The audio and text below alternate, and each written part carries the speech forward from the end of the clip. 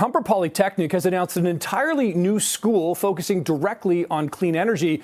This, of course, amid the looming skilled labor crunch and the shift to more environmentally friendly energy. So joining us now to talk about this new school is Francis Syms, the Associate Dean of Information and Communications Technology at Humber Polytechnic. Francis, appreciate you joining us this morning. Good to talk about this. Yeah. This is not just a program. This is an entirely new school dedicated to clean energy. Where has this come from, and how is this, going to sort of roll out here? Because this seems quite revolutionary. Yeah, so it's time to meet the moment with COP30 starting in Brazil. The switch is going from the talk to the walk, and the focus is going to be on implementation.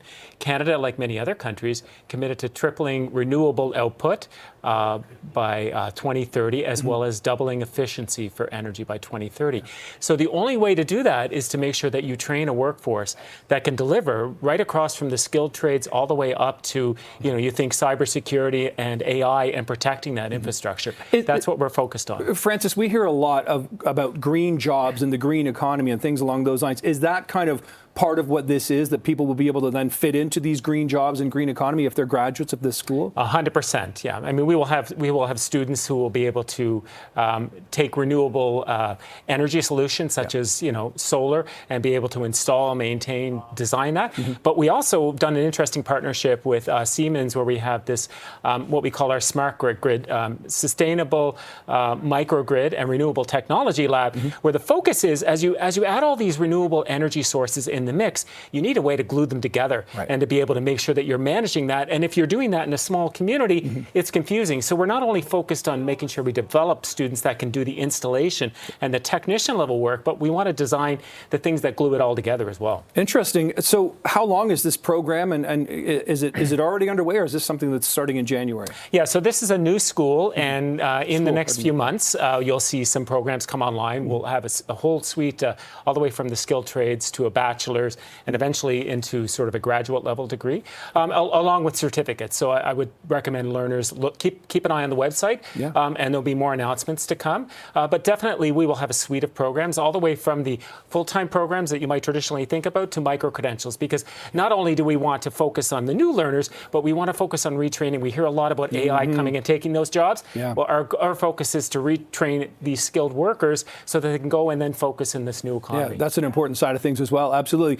While I have you here, Robin, it's an interesting opportunity to talk about energy prices, in this province here. They went up at the beginning of the month here. It's pretty significantly here. So can you get into a little bit about, what's going on with Ontario? Because if people are going to see their bills and go, what the heck is happening? So the Ontario Energy Board sets what they call regulated prices for energy electricity output. And in November, they've changed that, and they've increased it basically from about 10 cents to 13 cents per kilowatt hour. And so what that translates to, roughly speaking, is about a 30% increase for the average household.